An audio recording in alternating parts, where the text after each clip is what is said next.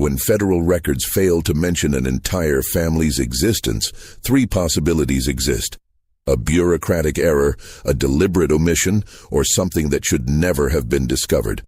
In March 1874, a young census taker arrived at Hawthorne Plantation in Wilcox County, Alabama, carrying official forms and the conviction that numbers always tell the truth. 3 weeks later, he would leave that property with blank pages, trembling hands, and the certainty that some numbers are left out of the books for reasons beyond any administrative logic. This is the story of what happens when someone counts what should never be counted. Thomas Whitley was 23 years old when the Census Bureau assigned him to the southwestern region of Alabama. The son of a mathematics professor from Boston, Thomas had grown up believing the world could be understood through numbers, categories, and organized records. The Civil War had ended 9 years earlier, and the federal government was determined to rebuild not just the roads and bridges of the South, but also its official records. Complete censuses, they told Thomas during his training in Montgomery, were the foundation of a civilized nation. He arrived in Wilcox County on a March afternoon that smelled of wet earth and burning wood smoke. The southern spring was different from anything he'd known in Massachusetts. The air carried a humid weight that stuck to skin, and fields stretched in all directions with a vastness that made him feel very small. Thomas carried a leather briefcase with his forms, 3 pens, 2 bottles of ink, and a personal notebook where he recorded observations that didn't fit into official categories. The work was methodical. He visited each property, knocked on doors, presented his credentials, and conducted standardized interviews. Full name, age, place of birth, occupation, ability to read and write. For each family, each worker, each child. The numbers accumulated on his pages with the precision of an inventory. During the first 2 weeks, Thomas visited 17 properties. He found white farmers living in houses that had once been imposing mansions, now peeling and needing repairs. He found black families working as sharecroppers on land they'd once cultivated as slaves, paying rent to the same men who had once owned them. The numbers revealed a complex reality that neither side of the war had fully anticipated. But the numbers also revealed patterns. On the evening of March 18th, Thomas sat in his room at Mrs. Crawford's boarding house in Camden and reviewed his forms by lamplight. He'd begun to notice something strange. 5 of the properties he'd visited had discrepancies, not errors in the current numbers, but inconsistencies when compared to pre-war plantation censuses. Green Plantation had 38 workers listed in its 1860 census. Now it had 41 sharecroppers. Reasonable population growth, especially considering many freedmen had remained on the lands they knew. Dobson Plantation had 52 slaves in 1860. Now it had 27 sharecroppers. Many had left, seeking opportunities in other regions, also reasonable. But then there was Hawthorne Plantation. Thomas had found the reference in county archives, a 1860 plantation census listing 63 slaves on Jonathan Hawthorne's property. It was one of the largest cotton operations in the region. Tax records showed the property continued to operate, producing cotton and corn. Yet none of the workers Thomas had spoken with at neighboring properties had mentioned Hawthorne Plantation. When he'd asked the owner of Green Plantation about nearby properties, the man had listed several but omitted Hawthorne. When Thomas mentioned the name specifically, the farmer had fallen silent for a moment before saying he didn't have much contact with those folks. Stranger still, Thomas couldn't find records of land sales, property inventories, or any post-war documentation related to Hawthorne Plantation. The property simply existed in 1860 and apparently still existed now, but there was a complete void of information between those 2 points. The following morning, Thomas asked Mrs. Crawford about the property. Hawthorne, as she repeated, stirring eggs in an iron skillet. Yes, I know the place. It's about 15 miles west, near the Alabama River. Does anyone still live there? Mrs. Crawford didn't respond immediately. She continued stirring the eggs, the sound of the spatula against iron filling the silence. I suppose so, she said finally. I don't go much in that direction. Do you know the current owner? The Hawthorns were always a private family. She placed the eggs on his plate with more force than necessary. They mind their business. We mind ours. Thomas noticed she hadn't answered his question. Part 2. The Road to Hawthorne. Thomas rented a horse and buggy at a local stable. The owner, an elderly man with gnarled hands, grew uncomfortable when Thomas mentioned his destination. Hawthorne, is it? The man checked the buggy straps with excessive attention. Road's bad in that direction. Spring rains left everything muddy. Will I be able to get through? Get through you might, but might be better to wait until next week when the weather firms up. I have deadlines to meet, Thomas said firmly. The government expects me to complete my circuit. The man nodded slowly, then looked Thomas in the eyes. You're new around here, so maybe you don't know. But there are properties where visitors are welcome and properties where they're not. The Hawthorns, well, they don't take kindly to unannounced visits.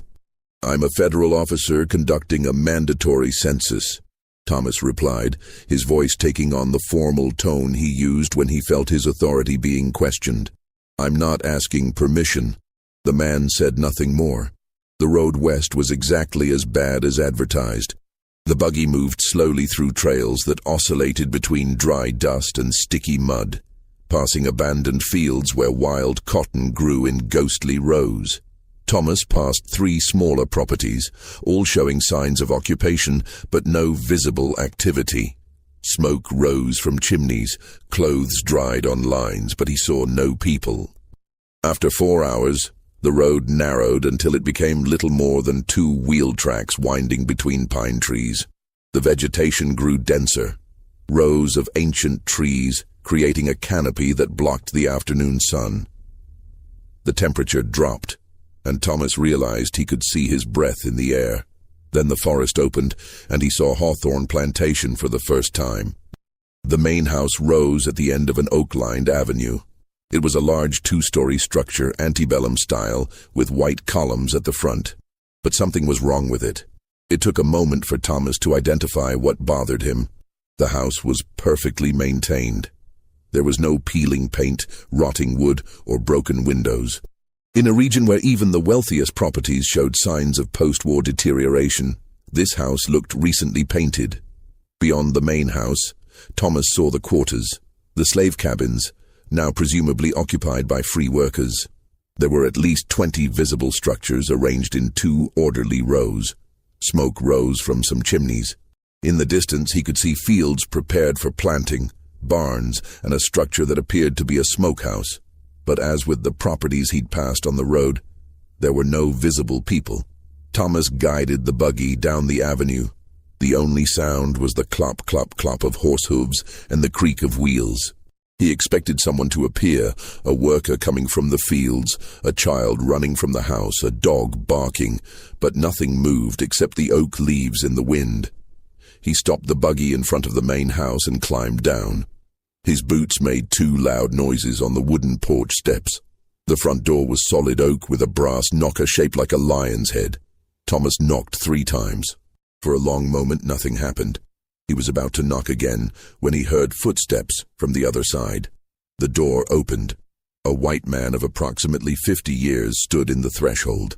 He had graying hair carefully combed, a precisely trimmed mustache, and wore a dark suit that would be appropriate in a Montgomery law office. His eyes were pale gray and studied Thomas with an intensity that made the young census taker feel instantly assessed and judged. "Can I help you?" The voice was polite but not warm. "My name is Thomas Whitley. I'm a federal census taker assigned to Wilcox County." Thomas showed his credentials. "I'm conducting the official census and need to collect information about all residents of this property." The man looked at the credentials without touching them. "I see. My name is Edmund Hawthorne. This is my property. Are you descended from Jonathan Hawthorne?" "I'm his son." Thomas nodded and pulled out his notebook. "Mr. Hawthorne, I need to record information about you and everyone who resides or works on this property. According to the 1860 census, there were 63 slaves listed here. I presume many now work as free employees or sharecroppers." Edmund Hawthorne was silent for a moment. Mr. Whitley, as you can see, my property is considerably isolated. We don't typically receive official visitors. The census is mandatory under federal law, sir. I'm not asking permission, I'm performing my assigned duty. Of course. Edmund gave a small smile that didn't reach his eyes. And I appreciate the dedication to duty. However, it's late in the afternoon, you've traveled a long distance, and this process will presumably take considerable time. Perhaps it would be better for you to return tomorrow morning, when you can begin with full daylight. Thomas looked at the sky. The sun was low, but there were still at least 2 hours of daylight. Sir, I would prefer to begin today. I insist. Edmund's voice remained polite but took on a tone of finality. The road back is treacherous at nightfall. You're welcome to return tomorrow at dawn. I'll be expecting you. There was something in the way he said it. I'll be expecting you. That made Thomas hesitate. It wasn't exactly a threat, but there was a quality of warning in those words. Very well, Thomas said finally. I'll return tomorrow at 7 in the morning. Excellent. Until tomorrow, Mr. Whitley. Edmund closed the door before Thomas could say anything else. Thomas rode back to Camden as the sun set, painting the sky deep orange and red. His mind worked on the Hawthorne problem. The cold reception, the perfectly maintained property, the complete absence of visible workers. It all added up to something he couldn't fully articulate, but which left him deeply uncomfortable. At the boarding house, he found Mrs. Crawford preparing dinner. 2 other guests were seated in the parlor, a traveling salesman and a lawyer from Montgomery visiting local clients. "Did you make it to Hawthorne?" Mrs. Crawford asked as she placed bread and stew on the table. "I did. I met Edmund Hawthorne. I'm going back tomorrow to conduct the census properly." The salesman, a portly man named Porter, looked up. "Edmund Hawthorne? I thought old Jonathan was still alive." "Edmund is the son. He said the property is his now." "Interesting." Porter chewed thoughtfully. "I've been coming to this region for 15 years, since before the war. I always did business with Jonathan. Sold him agricultural supplies, tools, things like that. But for the past 5 years, I haven't been able to make a single sale to that property. They always say they already have everything they need." "Perhaps they do," Mrs. Crawford said quickly. "Some properties are more self-sufficient than others." "No property is that self-sufficient," Porter insisted. "Everyone needs nails, rope, replacement tools, seeds. It's impossible to produce everything yourself." The lawyer, a thin man named Larson, interjected.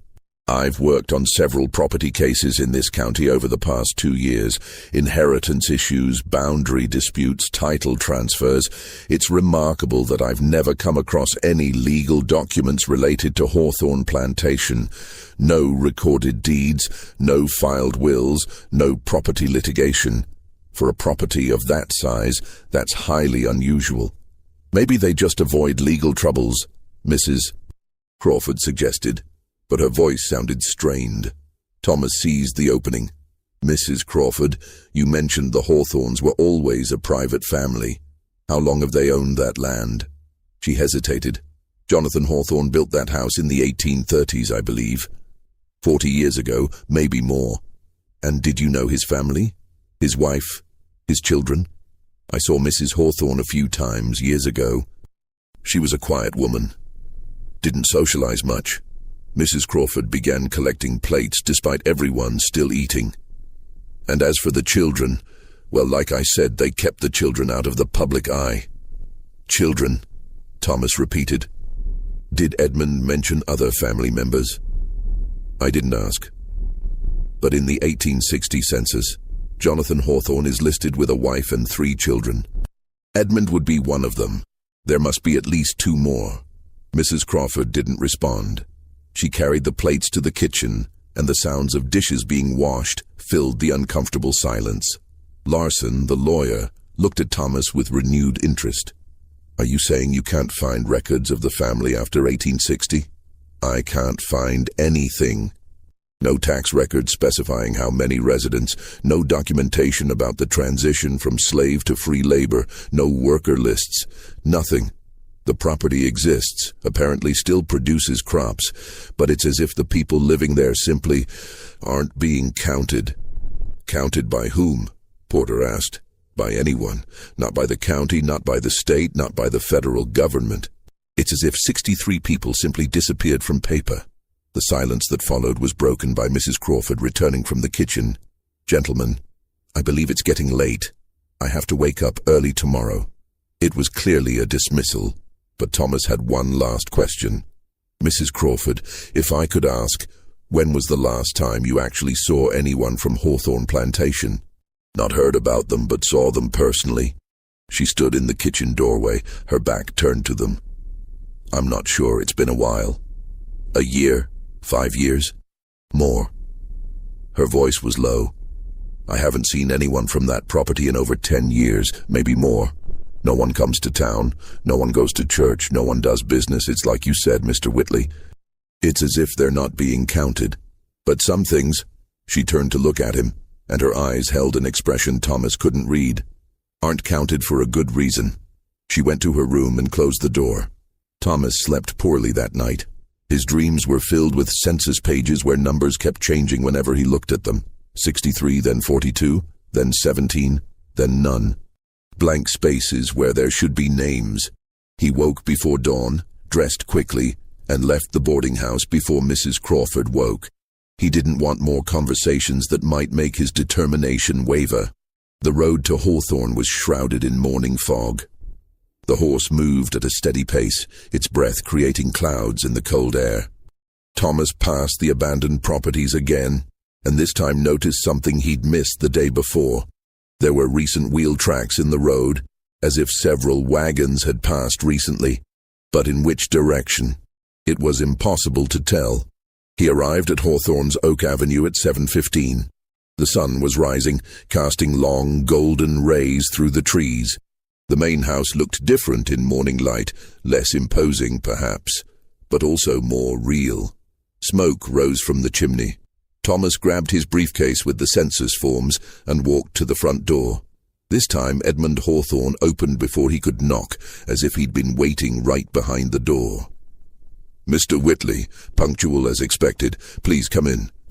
The interior of the house was as well maintained as the exterior. The entrance hall had polished wood floors, a crystal chandelier, and antique furniture that appeared original from the 1830s. Portraits hung on the walls. Men with severe mustaches, women in high-collared dresses, children posing rigidly. Edmund led him to a wood-panelled office. A large desk dominated the space, covered with carefully arranged account books. Edmund indicated a chair for Thomas and sat behind the desk. I presume you have your questions prepared, Edmund said. Thomas opened his notebook. Let's start with you. Full name? Edmund Jonathan Hawthorne. Age? 52 years. Place of birth? Here, in this house. Thomas wrote, then asked. Marital status? A pause. Widowed.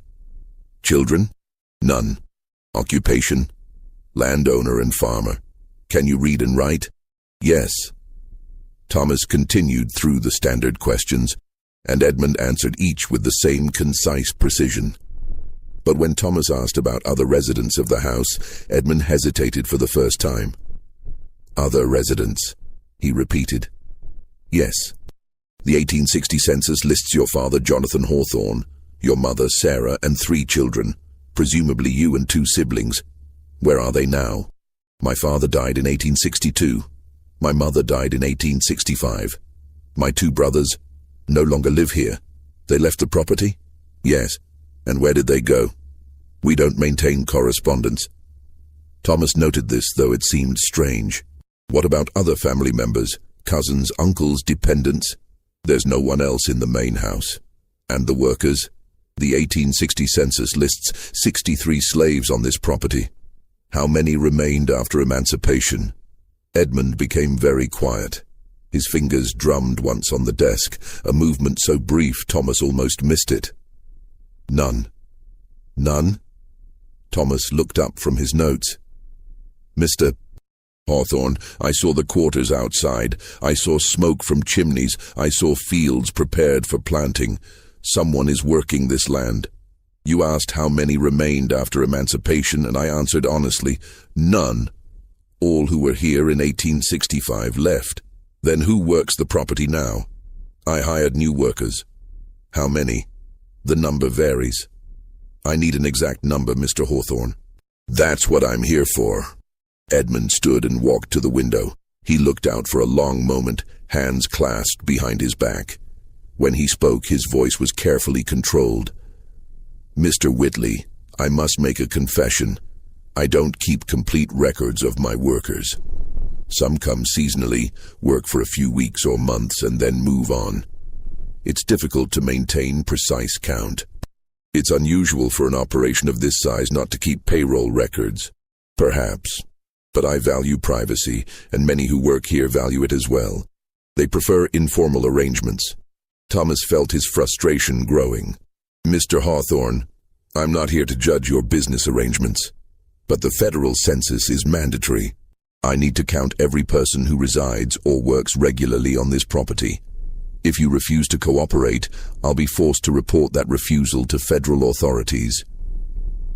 Edmund turned from the window. For the first time, something passed across his carefully controlled expression. Not exactly anger, but something colder. Assessment, perhaps, as if he were measuring Thomas and calculating odds. Very well, Edmund said finally. If you insist, I can take you to the quarters. You can count the workers personally. But you must understand, they're simple people, not accustomed to government officials. They may not answer your questions easily. That's acceptable. I'm accustomed to working with varied populations. Then let's go. Edmund took a coat from a hook near the door. But Mr. Whitley, a warning. Don't attempt to speak with the workers without my presence. They trust me, and only me. Any attempt to bypass my authority will only frighten them and make your work more difficult. It was a strange demand, but Thomas nodded. He followed Edmund out of the house. The morning had warmed slightly, though the air was still cold. Edmund led Thomas along a path that wound behind the main house, through an abandoned garden where wild roses grew unchecked, and to the area where the quarters were located. As they approached, Thomas could see the structures more clearly. There were 20 cabins arranged in 2 parallel rows, each identical. Mud-covered plank walls, shingled roofs, a small window, a door. They were better-built structures than many slave quarters he'd seen, but still basic. Smoke rose from 8 of the 20 chimneys. Only 8 cabins occupied? Thomas asked. At the moment, yes. As I mentioned, the number varies. They walked to the first cabin. Edmund knocked on the door 3 times, paused, then knocked twice more. A pattern, Thomas noted. A code. The door opened slightly, and a middle-aged black man appeared. He looked at Edmund, then at Thomas, and immediately his face assumed a neutral, closed expression Thomas recognized, the mask that oppressed people learned to wear around white authorities. "This is Mr. Whitley," Edmund said. "He's a federal census taker. He needs to ask some questions." The man said nothing. Thomas pulled out his notebook. "Your name, sir?" Silence. "It's an official record," Thomas said gently. "It won't bring any trouble. I just need your name." The man looked at Edmund, who nodded almost imperceptibly. "Robert," the man said finally. His voice was low, scratchy. "Surname?" "Just Robert." "Age?" "Don't know exactly. 40-something. "Where were you born?" "Georgia, I reckon." Thomas continued asking questions, and Robert answered each with minimal reluctance. He worked in the fields, had no family, couldn't read or write. The answers were adequate but completely empty of detail. It was like filling a form with placeholders instead of real people. They moved to the second occupied cabin. A woman this time, who identified herself as Hannah, approximately 30 years old. Same vague answers, same monotone. No family, no history, no details. At the third cabin they found 2 men. Brothers, they said, named Marcus and James. Both in their 20s.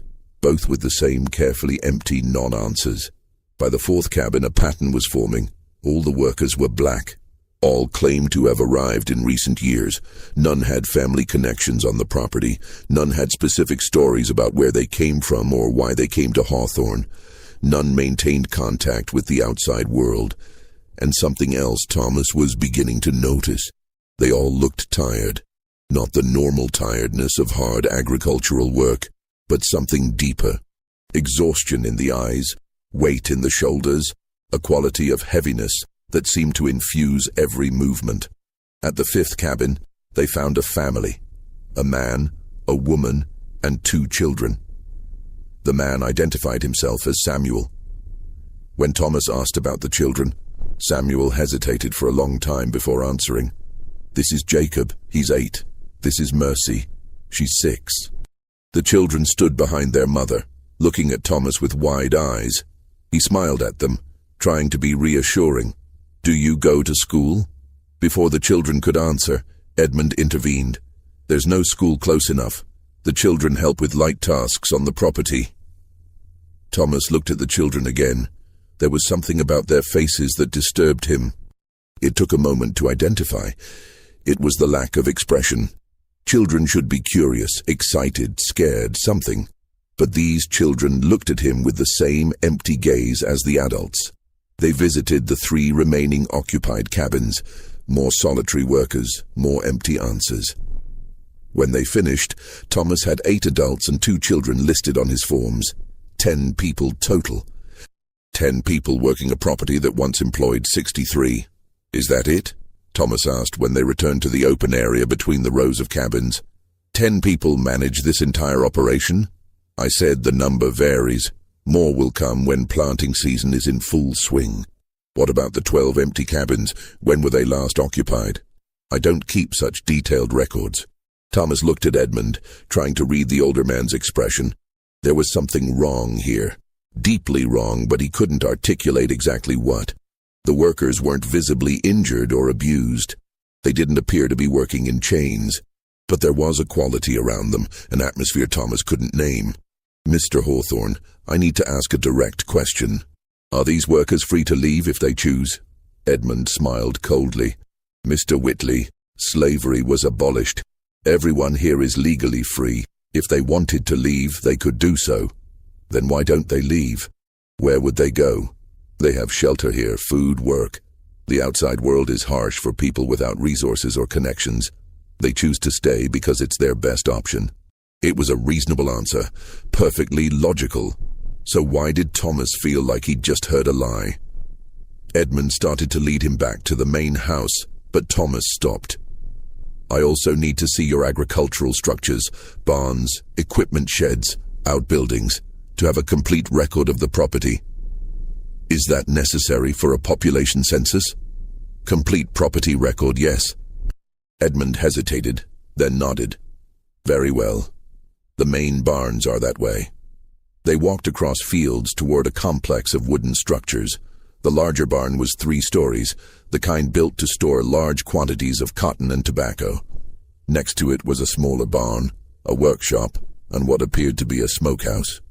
Edmund opened the door to the large barn, and they entered a cavernous space that smelled of hay and aged wood. Sunlight entered through cracks in the walls, creating dusty beams. The ground floor was almost empty, just some haystacks and agricultural tools lined neatly along one wall. "Not much stored now," Edmund explained. "Last year's harvest was sold. The new crop won't come until fall." Thomas walked through the space, making notes about dimensions and conditions. He was about to ask about the second floor when he noticed something strange.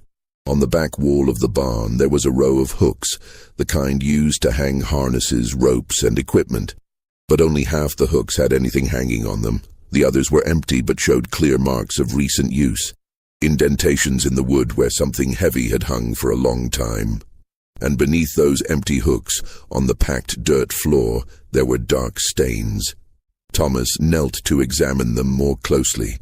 The stains formed patterns, elongated shapes, approximately the size of a human body. "Mr. Hawthorne, what was hanging here?" Edmund had moved to stand between Thomas and the door. "Agricultural equipment. Tools.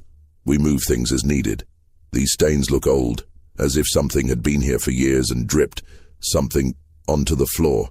Equipment oil. Grease. This is a working barn, Mr. Whitley, not a museum. Thomas stood, his heart beating faster. There was a quality in Edmund's voice now, a tension that hadn't been there before. I'd like to see the second floor. There's nothing up there. Still, I'd like to see it. The two men stared at each other. For a moment, Thomas thought Edmund was going to refuse. Then the older man gestured to a ladder leading upward. After you. Thomas climbed the ladder, acutely aware of Edmund climbing right behind him. The second floor was an open space used to store hay. But like the ground floor, it was almost empty. There were only 3 notable things: a row of windows on the south side, a pile of chains and shackles in one corner, and a collection of notebooks stacked neatly on a beam. Thomas walked to the notebooks. There were 12 of them, each with a leather cover and pages yellowed with age. May I look at these? They're old account books. Agricultural records from before the war. They have no relevance to your census. Thomas picked up the first book. The title page read, Hawthorne Plantation, Account Book, 1858. He flipped through it. There were records of seed purchases, cotton sales, maintenance expenses. Everything seemed normal. Then he reached a section in the middle of the book marked Property Inventory, and his breath froze. The page listed names, 63 names, men, women, children. Each name had an age, a physical description, an estimated monetary value, and, more strangely, a number next to it. Number 1, Samuel, male, 28 years, good field worker, $200. Number 2, Eliza, female, 24 years, domestic work, $900. Number 3, Thomas, male, 6 years, healthy child, $500. The list continued. It was a slave inventory, the kind of horrible but common document from before the war. But what made Thomas's stomach turn was that the numbers continued beyond 63. Number 64, Marcus, male, 22 years. Number 65, Hannah, female, 19 years.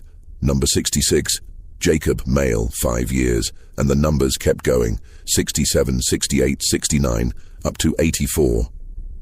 Thomas flipped through the other books quickly. Each year had a similar list. The numbers always went up. In 1859, the list went to 91. In 1860, to 98. In 1861, to 107. But the official 1860 census listed only 63 slaves. Mr. Hawthorne, Thomas said, his voice trembling slightly. Can you explain this? Edmund had climbed the stairs silently and now stood beside Thomas. He looked at the books with an unreadable expression. Agricultural records, as I said. These are slave inventories, and they list far more people than the official census ever recorded. More than 40 additional people. Accounting errors. Duplicates, perhaps. Sir, these are not accounting errors. These are careful, consistent records of people who existed but were never officially counted. Thomas felt anger growing through his fear. These are people who were kept here illegally, hidden from official records. Edmund was quiet for a long time. When he finally spoke, his voice was very calm, almost reflective. Mr. Whitley, let me ask you a question. You're a man of numbers, of records, of official order. So tell me, what happens to people who aren't counted? If someone never appears in a census, is never recorded in any legal document, officially never existed, what happens to that person? They still exist. Documents don't determine existence, don't they? Edmund picked up one of the books and flipped through it. Suppose a farmer wanted to buy more slaves than the law allowed him to bring into the state. Suppose he found suppliers who could provide people who were never recorded on any ship manifest, any auction sale, any transfer document. Would those people exist? Thomas felt cold running down his spine. You're describing slave smuggling, illegal trafficking. I'm describing hypothetically, but yes, that's what we're talking about. And when the war ended, when emancipation was declared, what do you think happened to people who officially never existed? How could they be freed if they were never officially enslaved? They were still entitled to freedom. The 13th Amendment made no exceptions. Exceptions? Edmund laughed, a hard sound without humor. Mr. Whitley, you're young. You don't understand how the world really works. People without records, without families looking for them, without documentation of their existence, those people can disappear and no one would ever know. No one could know, because for all official purposes they were never here. Thomas took a step back. His entire body was trembling now. What did you do with them? Me? I did nothing. My father, however... Edmund looked out the window at the property below. My father was a pragmatic man. When he bought people who weren't in the official books, he kept them that way. He built extra cabins beyond the visible quarters. He kept them away from roads, away from visitors, away from official eyes. And when the war ended, when federal officers came to make their inspections and announce emancipation, they only counted the 63 people who were in the official books. The others, well, how could he report people who officially didn't exist? But they existed. They were human beings. Where are they now? Edmund turned to look at him. His eyes were completely cold. Some ran away during the war when the overseers left to fight. Some died of disease and work. Some, he paused, were transferred. Transferred where? To other operations where their lack of official papers made them valuable. There's always a market for labor that doesn't need to be recorded, Mr. Whitley. You'd be surprised how many wealthy people in the South, and in the North, by the way, employ workers without documentation, without wages, without the annoying protection of federal laws. Thomas felt sick. You're describing continuing slavery, years after abolition. I'm describing economic realities. I'm describing what happens to people who fall through the cracks of your precious official records. Do you want to count them now? Edmund gestured to the notebooks. Add 44 ghosts to your census. People who exist in old books but nowhere else. And the workers I met today in the quarters? Ah, yes. Edmund smiled. Those are different. Those came voluntarily, you know. Desperate people. Nowhere to go. No family looking for them. I offer shelter, food, work. I don't hurt them, I don't chain them. But I also don't register them, I don't report them. And they stay because... He paused. Because they understand that outside these boundaries, the world is no kinder to them than I am. At least here, they exist. Even if only I know it. Thomas backed toward the ladder. Every fiber of his body was screaming for him to leave that barn, ride back to Camden, and report everything he'd discovered. But Edmund blocked his path. Where are you going, Mr. Whitley? I'm going back to Camden and reporting what I found here to appropriate federal authorities. And report what exactly? That you found some old account books describing transactions that happened before the war. That you met 10 workers who choose to remain here. That you don't like how I manage my property. I'll report that you're keeping people in illegal servitude. Prove it. Edmund took a step closer. Bring a sheriff here. Bring a federal officer. Bring an entire commission. Let them interview my workers. Those people will say they choose to be here, that they're paid in accommodation and food, that they can leave when they want. Can you prove otherwise? Thomas didn't answer. And as for my private account books, well, those are private property. Confidential business records. You took them without permission, without a warrant. Any evidence you gather would be inadmissible. Edmund smiled. You're a man of rules, Mr. Whitley, so you know I'm right. The people in the books are no longer here, transferred, dead, lost to history. You can search for them, but how do you search for people who were never officially recorded? There are no birth records, no real surnames, no documentation. They're ghosts, Mr. Whitley, and ghosts can't be counted in a census. Thomas felt despair growing in his chest. Edmund was right. All he had were old books describing crimes that had happened years ago, with no identifiable victims, no living perpetrators except Edmund, whose most recent crimes were... what, exactly?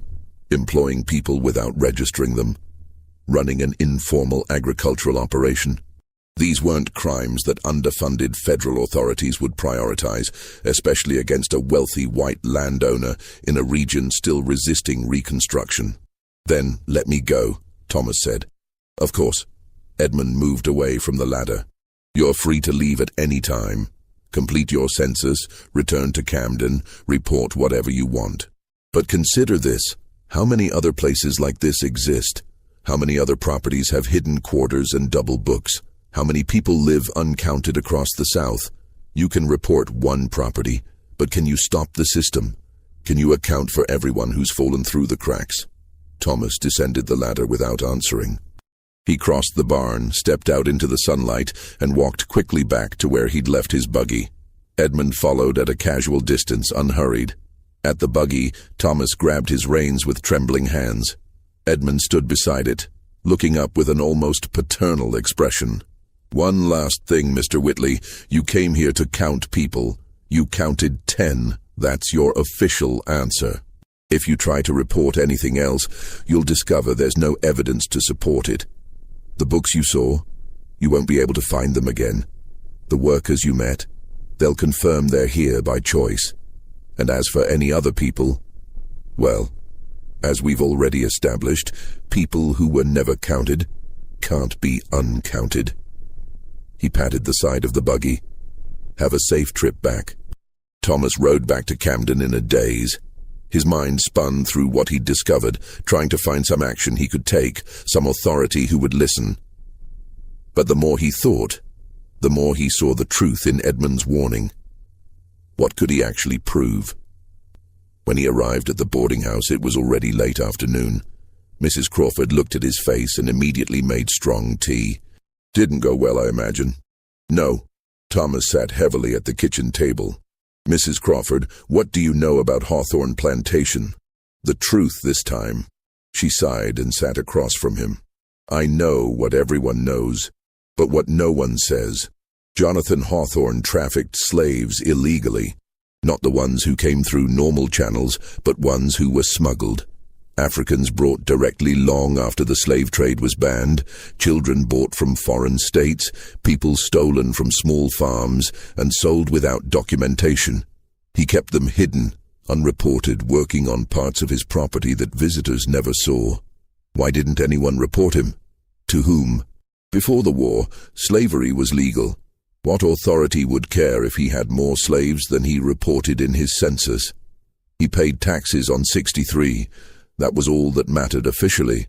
And after the war, she shook her head. After the war, we all had secrets we wanted to bury. Every property in this region did things during those years that wouldn't stand up to scrutiny. No one wanted to point fingers because no one wanted to be examined in turn. But those people are still there. Edmund still keeps unregistered workers. And can you prove it? Can you identify them individually? Can you trace where they came from, what families are looking for them?" Mrs. Crawford touched his hand gently. "Mr. Whitley, I understand your anger. It's admirable. But you're fighting against a current much deeper than you realize. There are hundreds of operations like this across the South, thousands maybe. People working illegally, living in the shadows, uncounted because it's more convenient for those in power to keep them that way." Thomas pulled his hand back. "So what am I supposed to do? Just write 10 names on my form and pretend I didn't see the books? Pretend I don't know about the other 44 people? 44 people who are probably no longer there. What about the 10 who are? What about all the other people like them on all the other properties? Mrs. Crawford, if we don't count these people, if we let them remain hidden and unrecognized, we're as guilty as those who hide them. Then count them." She stood and began preparing dinner. "Write a complete report. Send it to your superiors in Montgomery or even to Washington. See if anyone acts. But don't expect it to change anything, Mr. Whitley. The system was built to have cracks, and certain people will always fall through them." That night, Thomas sat in his room with a pen and blank paper. He wrote and rewrote his report a dozen times. Each version sounded weaker than the last. Suspected labor irregularities. Possible non-compliance with emancipation laws. Additional investigation recommended. Words that meant nothing. Words that bureaucrats in Montgomery would read and file and forget. Finally, he wrote the truth. Hawthorne Plantation, property of Edmund Hawthorne, Currently employs 10 workers without formal employment records. Historical account books indicate the property maintained unreported slaves before and during the Civil War. Exact number of victims unknown. Current whereabouts of most individuals listed in private records unknown. Recommendation: complete federal investigation with authority to seize private records and interview all workers without owner presence. He knew it would come to nothing, but at least he would have told the truth. Thomas completed his circuit of Wilcox County over the next 2 weeks. He visited 32 more properties, counted 612 more people, filled out 83 more forms. Good, thorough work. But he couldn't stop thinking about Hawthorne. Before leaving Camden to return to Montgomery, he made one last attempt. He rode back to Hawthorne Plantation, this time without announcing his coming. He arrived at noon on a clear April day. The property was empty. Not just empty of people, which could be explained by everyone working in the fields, but empty in the sense of abandoned. The quarters had no smoke rising from chimneys. The main house had shutters closed. When Thomas knocked on the front door, no one answered. He walked around the property, calling out. Complete silence except for wind in the trees. He went back to the barn where he'd seen the account books. The ladder was still there, but when he climbed to the second floor, the books were gone. The beam where they'd been was empty, except for a thin layer of dust that looked undisturbed for years. At the quarters, he pushed doors open one by one. Each cabin was empty. No furniture, no clothes, no sign anyone had ever lived there. Even the soot in the fireplaces looked old, like from fires made long ago. Thomas stood in the center of the empty quarters complex, turning slowly in a circle. He had been here. He'd spoken with 10 people. He'd written down their names. He'd seen smoke from chimneys, heard their voices. He wasn't crazy. But as he stood in that silent, empty place, a cold doubt crept into his mind. How much of what he'd seen was real? How much was staged? Edmund had known he was coming. Edmund had had time to prepare. The workers Thomas had interviewed, were they real, or were they actors playing roles? The books he'd read so briefly, could they have been forgeries, planted specifically to be found? No. He refused to believe that. The books were too old, the details too specific. No one could falsify decades of accounting records just to deceive a single census taker. Which meant everything had been real, and Edmund had simply erased it, moved the workers, destroyed the evidence, and swept the property clean of any proof. Thomas returned to Camden, completed his final paperwork, and left for Montgomery. He turned in his comprehensive report on Hawthorne to his supervisor, a middle-aged man named Harrison, who barely looked up from his desk as he placed the papers on a pile. Labor irregularities? Harrison grunted. Add it to the list. Half a dozen supervisors have reported similar things from across the state. We're underfunded and understaffed. Unless you have evidence of literal slavery, chains, whipping, sale of people, there's little we can do. But the books that you can't produce, that may or may not have existed, Mr. Whitley. Harrison finally looked at him.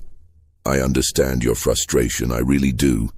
But there are limits to what we can investigate and prosecute. If every allegation of unfair worker treatment required full federal investigation, we'd need 10,000 agents just for Alabama. We have 52. Do the math. Thomas did the math, and the numbers told him that Edmund Hawthorne was right. Some people would fall through the cracks and no one would come to save them. Thomas Whitley continued working for the Census Bureau for 3 more years. He conducted censuses in 6 different counties, counted thousands of people, filled out thousands of forms. The numbers accumulated, creating a statistical portrait of Reconstruction. But he never forgot Hawthorne. In 1875, he made discreet inquiries. Hawthorne Plantation was still listed in county tax records. Someone was still paying taxes on the property, which meant someone still owned it. But when he tried to find out who, the records became confusing. One will listed Edmund Hawthorne as owner. A tax document listed a corporate trust. A deed record mentioned a company based in Mobile. It was impossible to determine who actually controlled the property. In 1876, Thomas married a woman from Montgomery named Catherine. She was a teacher and shared his passion for justice and his hatred of injustice. He told her about Hawthorne on their honeymoon, unable to keep the secret any longer. "Then let's go there," she said simply. "Let's see for ourselves." They traveled to Wilcox County in May 1876, 2 years after his first visit. Mrs. Crawford's boarding house was still operating, though the lady herself seemed to have aged a decade in 2 years. "Still thinking about Hawthorne?" she said when Thomas mentioned his destination. "Let it be, Mr. Whitley. Some places are better left alone." But he and Catherine went anyway. The property looked exactly as it had on his second visit. Empty, silent, undisturbed. But this time, when they explored more thoroughly, Catherine noticed something he'd missed. "Thomas, look at this." She was near the northern edge of the property, where dense forest met cultivated fields. There were graves, unmarked, just mounds of earth arranged in orderly rows. Catherine counted aloud as they walked among them. 41, 42, 43, 44. 44 graves. Thomas knelt beside the first one. There were no markers, no crosses, no names. Just earth that had been turned over and then left to settle. Some grass had begun to grow over the mounds, which meant they were at least several months old. "The people from the books," Catherine whispered. "He buried them here, or buried evidence." Thomas touched the earth with his hand. It was cold and dry. "Maybe they're not even real graves. Maybe they're just mounds to make us think." "Thomas!" Catherine pointed to a nearby tree. Carved into the bark, almost invisible if you didn't know to look, were marks. Not words. Most of those people couldn't write, but symbols. A cross, a circle, a hand. Simple markers made by someone who wanted these places to be remembered, even if they couldn't be named. They stood there for a long time, in the unmarked cemetery of people who had never been officially counted. "What do we do?" Catherine asked finally. "We document." Thomas pulled out his notebook. "We count, we measure, we draw maps, and then we report everything again." They spent 3 hours measuring the burial area, sketching its location, noting the symbols on trees. When they finished, they had a complete record. But as they rode back to Camden, Thomas knew it wouldn't make a difference. Bodies buried without identification, no proof of how they died, when they died, or even who they were. Impossible to even prove they were victims, rather than natural burials of people who lived and died over decades. He sent the report anyway, and as he'd predicted, nothing happened. In 1877, Thomas Whitley left the Census Bureau. He became a teacher like his father, teaching mathematics and accounting at a small college in Massachusetts.